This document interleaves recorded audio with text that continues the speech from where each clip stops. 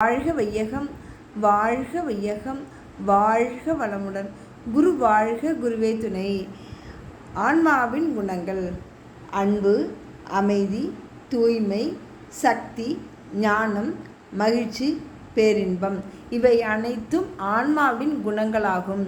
அதாவது ஒவ்வொரு பொருளுக்கும், ஒவ்வொரு உயிரினத்திற்கும் ஒரு தன்மை இருப்பது போல், ஒரு குணம் இருப்பது போல், ஆன்மாவிற்கு இத்தகைய குணங்கள் இயல்பாக இருப்பாக அமைந்து கொண்டிருக்கிறது.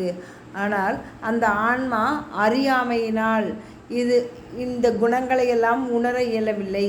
அறியாமையை நீக்கி, அதாவது ஒரு குளத்தில், ஒரு பாசி படர்ந்த குளத்தில் எப்படி பாசியை நீக்கிவிட்டு நாம் பார்க்கும்போது தண்ணீர் தெளிவாக இருக்குமோ, அதே போல் ஆன்மாவின் களங்கத்தை நீக்கிவிட்டு ஆன்மாவை பரிசுத்தமாக உணர்ந்தால் இவை நமக்கு புலப்படும். இந்த குணங்கள் நம்மிடமிருந்து வெளிப்படும்.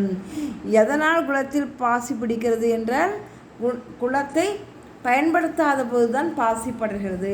அதேபோல் நாம் ஒவ்வொருவரும் அழியப்படாத ஆன்மா என்பதை உணர்ந்தால் அவற்றிலுள்ள இருப்பு இயல்பாக நம்மிடமிருந்து வெளிப்படும். வாழ்க வளமுடன். அருட்தந்தை வேதாத்ரி மகரிஷி அவர்கள். நன்றி.